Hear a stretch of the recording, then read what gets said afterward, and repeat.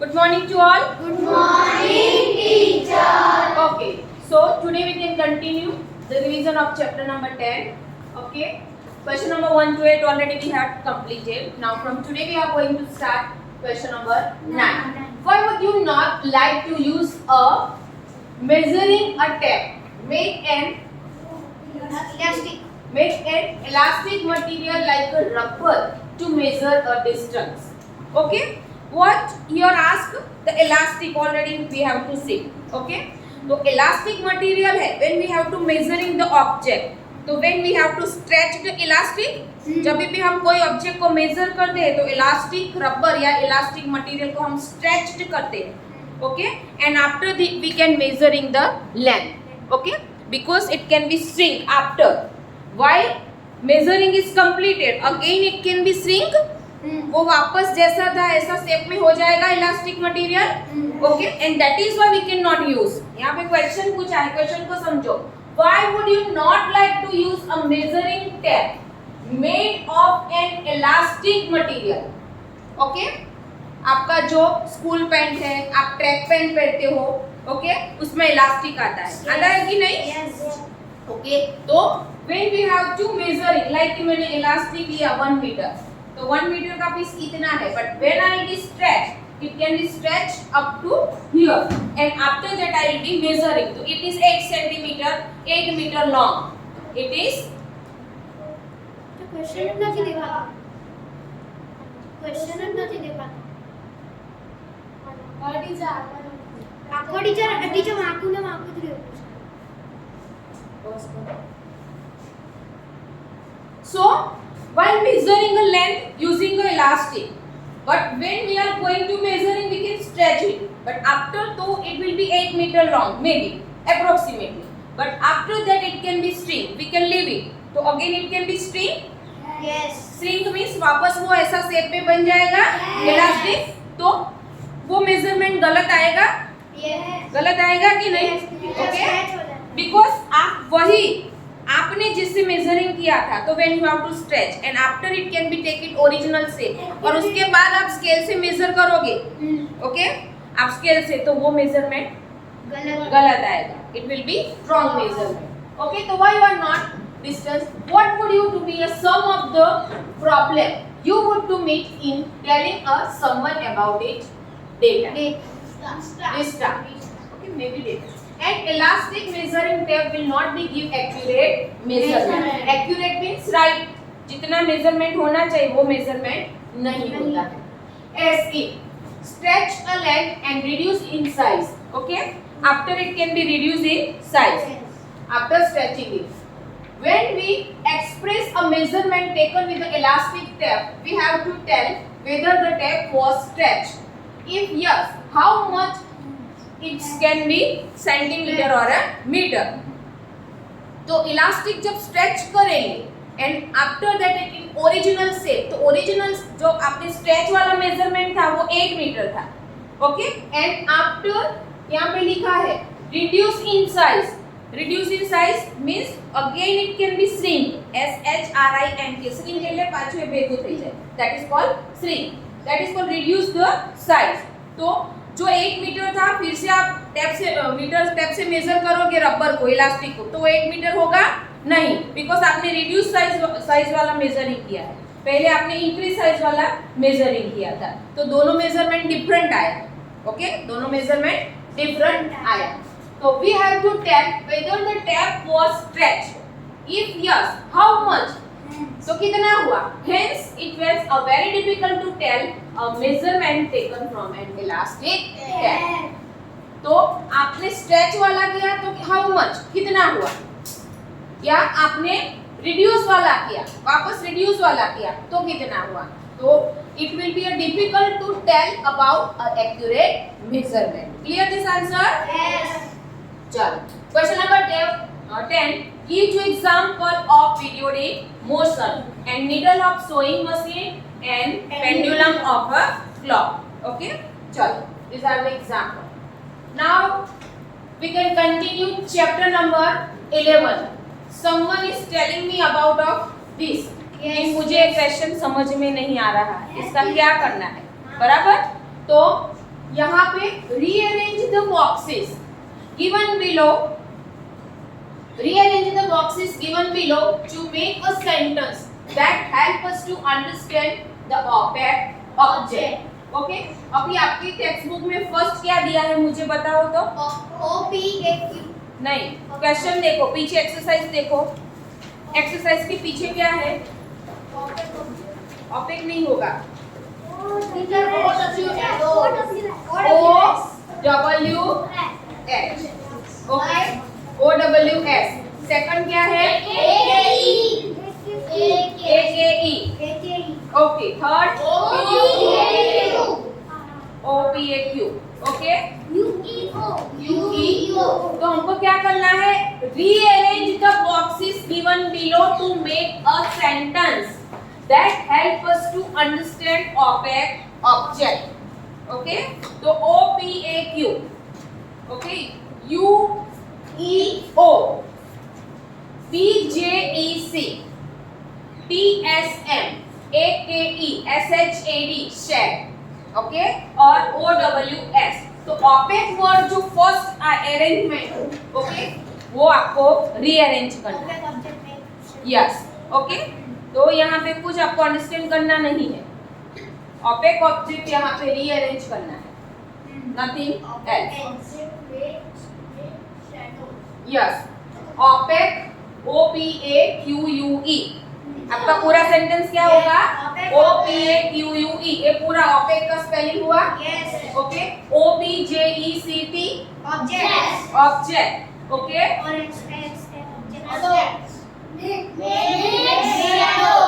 Make SHADOWS, shadows. देखो अब आपको पूरा सेंटेंस कैसे करना है? OPAQUE, opaque. OBJECTS, objects. Okay, એટલે બીજું સેન્ટેન્સ આ તમારું આ થયું. પહેલું અહીંયાથી અહીંયા થયું. opaque object, MAKES, makes. Okay, make ही है. Okay, MAKE, make. ओके, नया सेंटेंस होगा SHADOWS, shadows. ओके, सो आपको अभी आंसर ऐसे अरेंज करना है. Clear it? Yes. How you have to arrange it? Opaque object. Sit straight. Sit straight. Yes.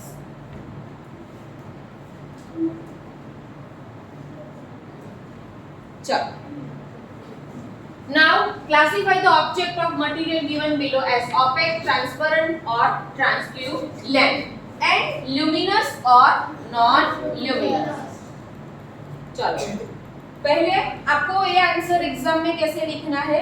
Exam में ये पूरा मटेरियल दिया होगा, ये कुछ आपको लिखना नहीं है. अगर एक क्वेश्चन आया तो यहाँ से यहाँ पूरे ऑब्जेक्ट आपको पेपर में दिया होगा. If this question is there in the examination, एक क्वेश्चन एग्जामिनेशन में आया तो मटेरियल के नाम आपको दिए जाएंगे. उसके बाद आपको क्या करना है? 3 लिख देना है. ऑपेक, तो इसमें से जितना भी ऑब्जेक्ट है ऑपेक, ओके, वो आपको ऑपेक में लिखना है. फिर ट्रांसपेरेंट और ट्रांसल्यूसेंट. अभी ऑपेक का डेफिनेशन आपको पता है. Material which we can not see at all. Material which we can not see at all, जिसमें से हम कुछ भी दिख नहीं सकते हैं. Okay, yes. सब में 3 एग्जांपल ही दिखते हैं. नहीं बेटा, इतने इसमें जितने भी है ऑपेक, ऑपेक के नाम आपको सेपरेट. आपको यहाँ से आपको पेपर में क्या करने का, जब आप आंसर लिखो तब आपको पहले ऑपेक का हेडिंग मारने का, उसके बाद 3 या 4 लाइन छोड़ देने की, उसके बाद ट्रांसपेरेंट का हेडिंग, पहले ऑपेक का हेडिंग मारने का, फिर ऐसा करने का, फिर 3 लाइन सप्लीमेंट्री में 3 या 4 लाइन छोड़ देने की. कितनी छोड़ने की? 3 या 4. फिर ट्रांसपेरेंट का हेडिंग मारने का, फिर 3 लाइन छोड़ के ट्रांसल्यूसेंट का हेडिंग मारने का, फिर 3 लाइन छोड़ के ल्यूमिनस का हेडिंग मारने का, फिर 3 लाइन छोड़ के पहले ये सब हेडिंग मार देने का. आपको मैं आंसर लिखने का तरीका बता दूं.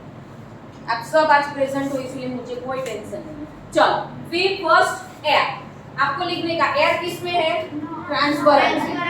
ओके, અહીંયાથી તમારે ફિંગર પેન્સિલ મૂકતું જવાનું અને અહીંયાથી તમારે આન્સર જોતું જવાનું. પછી આમાંથી શોધીને નહીં લખવાના, નહીં તો એકાદ છૂટી જાય એક્ઝામમાં. અહીંયાથી જ ફિંગર એર एयर जिसमें आता है उसमें लिख देगा। Water transparent, a piece of rock opaque, okay, a sheet of aluminium, a mirror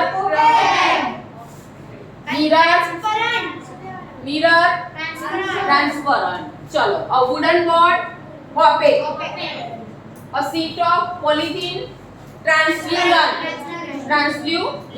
half seen, translucent की डेफिनेशन है पार्शियली सीन, ट्रांसपेरेंट की है कंप्लीटली क्लियरली सीन, बराबर, वो आपको पता है। चलो, अ सीडी नॉन ल्यूमिनस, बराबर, smoke sheet of plain glass, fog translucent. Morning में फॉग होता है तो हमको आधा दिखाई देता है, आधा नहीं दिखाई देता है। चलो, a piece of red hot iron, iron को बराबर तपाते और गर्म करते हैं ना, और रेडिश कलर हो जाता है। And umbrella opaque, a lighted fluorescent tube, fluorescent means orange colour का बल्ब है, that is called fluorescent. Okay, bulb colourful आते हैं, ग्रीन आता है, रेड आता है, हम दिवाली पे रोशनी लगाते हैं उसमें देखते हैं अलग अलग फ्लोरोसेंट, ग्रीन, ब्लू ऐसे कलर आते हैं। उसमें जो फ्लोरोसेंट कलर का ट्यूब है या बल्ब है वो क्या कौन से कलर का है, मींस कौन सा ऑब्जेक्ट आएगा, okay, a wall, a seat. तो आपको क्या करना है, एक क्वेश्चन लर्न करना है जिसमें जो आता है उसमें आपको लिखते जाने का है। तो आपका एक भी एग्जांपल यहाँ पे छूटेगा नहीं। आपने ट्रांसपेरेंट के नाम लिख के पहले लिखे, ट्रांसल्यूलेंट्स के तो अंदर एक आध एग्जांपल आपका छूट सकता है। तो आपको फिंगर रख के जाने का है, एरो के बाद, एक कॉमा के बाद, ओके, और आपको जिसमें है उसमें आप लिख सकते हो। एग्जाम में आप ऐसा भी कर सकते हो, ऑपेक फिर टेबल, फिर ट्रांसपेरेंट फिर टेबल, फिर ल्यूमिनस नॉन ल्यूमिनस, तो आपको ऐसे टेबल बनाना है।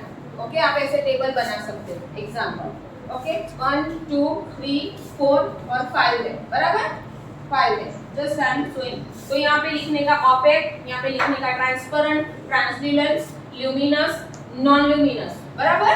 तो ट्रांसपेरेंट में जितने भी है, सप्लीमेंट्री में आपकी लाइन है, यस, लिख सकते हो ऐसे सेम एक एक, ऐसे भी आप लिख सकते हो, और मैडम ने जैसे आंसर लिखा है ऐसे भी आप लिख सकते हो। क्लियर बेटा? ऑपेक में भी मिरर है, ऑपेक में है ना बेटा, मिल्की मिरर होगा, milky mirror. Mirror is a two type of, milky mirror means जो ट्यूबलाइट का मिरर है वो मिल्की मिरर है, तो इसे ट्रांसपेरेंट या ऑपेक हो जाता है। ये तो बाय मिस्टेक हुआ होगा बेटा। चलो, now which question beta?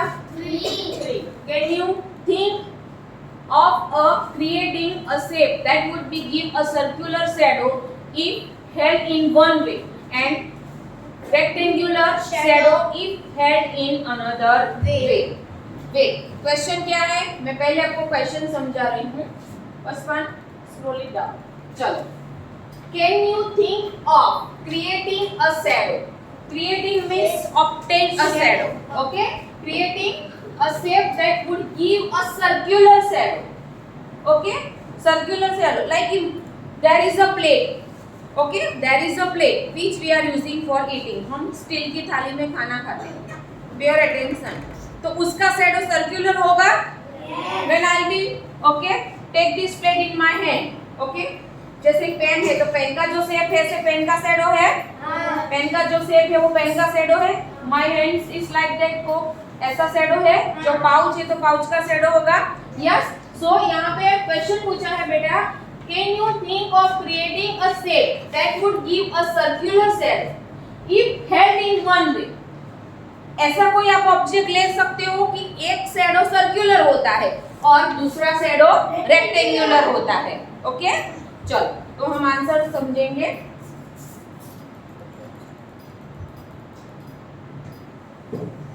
Okay, सो यहाँ पे मेरे हाथ में दो ऑब्जेक्ट है, one is circular and one is rectangular and both are there, okay? Like आपको मैं एग्जांपल समझा देती हूँ।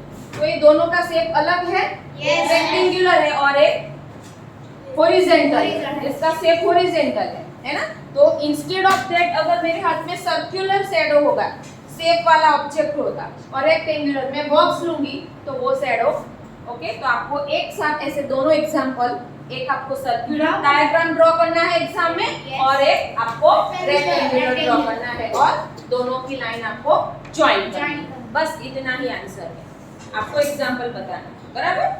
चलो okay, in completely dark room, if you hold up a mirror, completely dark room, there is a no light, okay, पूरा dark room है, कहीं से भी वेंटिलेटर में से भी लाइट आ नहीं रही है, completely it will be dark. So pay your attention, in completely dark room, if you hold up a mirror, आप एक अंधेरे वाले कोठरी में खड़े हो, रूम में खड़े हो और आपके हाथ में मिरर है। खदीजा पता चल रहा है बेटा? ओके, आप लेट आए हो तो थोड़ा आपको रिकवर करने के लिए जल्दी से जल्दी रिवीजन का वीडियो देख लेना, हाँ बेटा, थोड़ा टाइम निकाल के। ओके चलो, in a completely dark room, if you hold up a mirror in front of you, okay, in front of you, will you see the reflection of yourself in the mirror? No. In the dark room, a mirror reflection is imaging will not be shown, as the light will not fall on the mirror. Only we can able to see the object when light is falls on it. Okay? And the image due to darkness. Why we cannot see this type of image on our mirror? Due to darkness. Very good. We are not able to see the object in a dark room because there is a no light which falls on the mirror. Okay? Yes. Very good.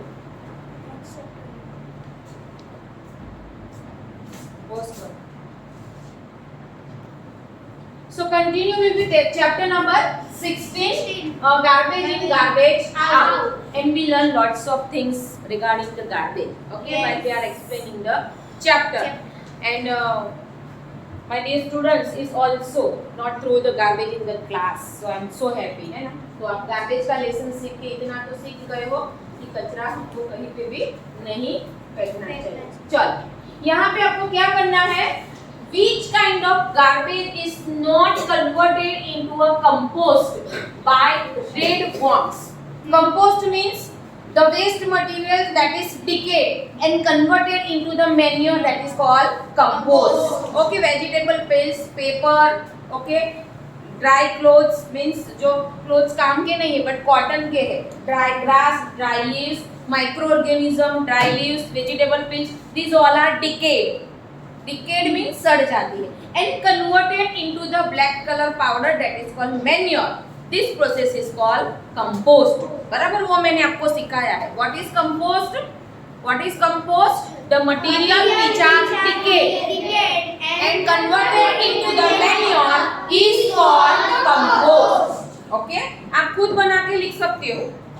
The material which are, material means कोई भी, okay, जो सड़ता है वही, because हम बोल रहे हैं कि the material which are decayed, तो वेजिटेबल पेस्ट डिकेड हो जाती है, okay, banana leaves, banana paste, vegetable paste, dry leaves, dry grass, micro organism मर जाते हैं, left over food, this all are decayed. Decayed means सड़ जाना. तो the material which are decayed and converted into the manure, this is called compost. Manure अथवा तो उसका humus बन जाता है, बराबर. तो आपको ये डेफिनेशन खुद बनानी है बेटा. तो which kind of garbage is not converted? तो अथवा की तो हमने प्रोसेस पढ़ी कि take a box, make a layer of sand, make a layer of waste material, make a layer of again mud, again dry leaves, and सबसे ऊपर आपको वापस प्लास्टिक करना है. ओके, तो इसमें से कौन सा मटेरियल ऐसा है कि जो डिकम्पोस्ट नहीं होता है अर्थवर्म का फर्टिलाइजर्स बनाने में? ओके, एक तो पहला क्वेश्चन उसमें ये पूछा है. एक ही क्वेश्चन में 3 क्वेश्चन है. दूसरा, एग्जाम में ऐसा भी आ सकता है कि 2 क्वेश्चन में से टीचर ने कोई भी एक पूछा होगा तो आपको एक का ही आंसर लिखना है, 1 वर्ड में पूछा. और दूसरा क्वेश्चन, हम पहले का आंसर सीखेंगे. Piece of cloth, polythene bag, broken glass, aluminium wrapper, nails and broken toys are not converted into compost by the decomposing. ये चीज सड़ती नहीं है because वो non biodegradable object है. They are non biodegradable. Biodegradable means the substance those who are recycled. तो substance those who are तो vegetable paste recycle हुआ, मैन्योर बना उसका, फर्टिलाइजर्स बना उसका, यस बराबर. बट प्लास्टिक का डिकम्पोज नहीं हुआ, पेपर का डिकम्पोज नहीं हुआ, पॉलीथीन बैग का डिकम्पोज नहीं हुआ. तो they are non biodegradable. Biodegradable and non biodegradable. तो ये सब नॉन बायोडिग्रेडेबल सब्सटेंस है and not decomposed to manufacturing a earthworm fertilisers otherwise dead form. चलो सेकंड क्वेश्चन है, have you seen any other organism beside redworms in your pit? If yes, try to find out their name. Draw a picture of this. Earthworm, small insect like ant, millipedes are found in pits. Pits में चींटियां होती है? Yes. वो दर निकाल के बाहर आती है, मिट्टी निकाल के. तो अर्थवॉर्म तो आपने फर्टिलाइजर्स बनाने के बाद प्रोड्यूस हुआ, बट जब भी फर्टिलाइजर्स बना तो उसमें इंसेक्ट भी होंगे, उसमें एंट भी होगी, उसमें स्नेक भी होंगे, छोटे छोटे वर्म्स भी होंगे. Not only earthworms are produced in the vermi composting method. Clear it all of you? तो क्या क्या होगा? Earthworm, small insect like ant and millipede. और यहाँ पे आपको उसका पिक्चर ड्रॉ करते हैं, छोटी छोटी ऐसे चीटियां बना देने की, बस ऐसे. Okay, 2-4 exam. खराब पड़ती है हाँ? मैन्योर जो भी आपने बताया कि वो बाहर निकाल के आती है. क्या? वो अरे वो जड़ निकाल के बाहर आती है जो, तो वो हमारा क्या मैन्योर के अंदर अगर वो होती है तो वो खराब करती है? नहीं नहीं नहीं नहीं. वो मैन्योर को हाँ चलो स्क्रॉल इट.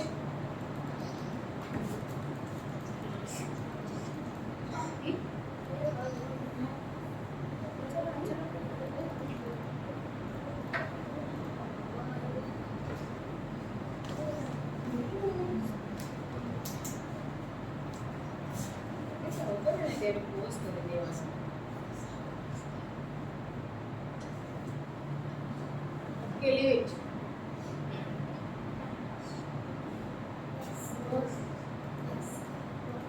चलो now second question discuss. 2 question है, उसके ऊपर हमको डिस्कशन करना है, डिबेट करना है कि what this question that we have to discuss. Okay, discuss a garbage disposal. Disposal means when we throw out, otherwise plastic bottle है, वेजिटेबल पील्स है, ड्राई लीव्स है, उसको हम डिस्पोज करते हैं, बाहर फेंक देते हैं. ओके, तो that is called dispose. The responsibility only the government? no No. Okay, if we are throwing the garbage, okay, like if we are throwing the garbage like plastic, unusable garbage and it is do not decomposed. Okay, और हमने फेंक दिया और वहाँ पे गंदगी हुई, तो इसके लिए गवर्नमेंट जिम्मेदार है? No. It's responsible. It's our duty also. Yes. We have to clean the environment. Yes. Yes, we cannot throw the garbage from the train, from our cars, from the public transport. We are going. Garden में हम खाना लेके गए, enjoy करने गए, picnic, और वहाँ पे कचरा फेंक दिया, तो क्या ये गवर्नमेंट की रिस्पांसिबिलिटी है? वहाँ पे डस्टबिन रखे हैं तो हमारी रिस्पांसिबिलिटी है कि throw the garbage in the dustbin. बराबर? तो disposable of garbage is not only the duty of government. Okay, no, just not government, but everybody is responsible for garbage dispose. Okay, it should be a accumulation. It should be a bifurcate weight and waste. Okay, bifurcate is little bit spelling mistake is there. Bifurcate means to make it separate. Okay, आप गए बगीचे में तो पानी की बोतल भी ले गए, कोल्ड ड्रिंक्स ले गए, आइसक्रीम के कप ले गए, चाय ले गए, और आप खाना भी लेके गए. तो आपने जो खाना है वो बचा है या जो प्लास्टिक, वो आपको डस्टबिन में, और प्लास्टिक की बोतल अलग डस्टबिन में आपको बाइफरकेट करनी चाहिए. Okay, you can not throw all the materials together in a same dustbin. Clear है? That is called bifurcate, to make it separate a wet and dry waste. Dry waste means बोतल है, वो सब है. Okay, चलो, recycle the non biodegradable substance and we should also reduce the accumulation of garbage in our house and street, okay, to be removed. Second है, it's possible to reduce the problem relating the disposable of garbage. Yes. It is possible to reduce the problems of the garbage by a scientifically disposal or garbage we can do by the bifurcation or a different waste. It also be recycle the waste material. क्या पूछा है? It possible to reduce. हमने lesson में पढ़ा था how last 10 points था, last 10 point था हमारी टेक्स्ट बुक में. What we can do to reduce the problem facing by the plastic those who are non recycled. Okay, जो रिसाइकल्ड नहीं होता है वो प्लास्टिक को हम कैसे रिड्यूस करेंगे? तो कि बाइफरगेट करेंगे. ओके, मेन डस्टबिन में जिसमें वेस्ट कचरा है जो हम रिसाइकल करने वाले उसके साथ हम नहीं उसको थ्रो करेंगे. बराबर. तो yes, it's possible to reduce the problem of garbage by scientifically disposal. तो साइंटिफिकली डिस्पोजल कैसे करेंगे उसको? तो गिव इट टू कबाड़ी वालास for to recycled in the company. Yes. Okay, तो साइंटिफिकली डिस्पोजेबल ऑफ गार्बेज एक तो ये रीजन है. दूसरा, we can do it by bifurcation. हम उसको सेपरेट करेंगे when we are throwing. Okay, क्यों मम्मी कबाड़ी वाले को सम टाइप ऑफ गार्बेज देती है, पेपर है, पुरानी नोटबुक्स है, ओके, ओल्ड कंपास बॉक्स है, ओल्ड बैग्स है. She is not throwing in the dustbin, she is giving to the कबाड़ी वालास. Why? Because she is bifurcate. This we have to give to the कबाड़ी वालास for the recycling. So that is called scientifical bifurcation. Clear it all of you? Scientifically bifurcation to a different waste. कांच की बोतल है वो हम कांच वाले को दे देंगे. बराबर. And also by recycle the waste material.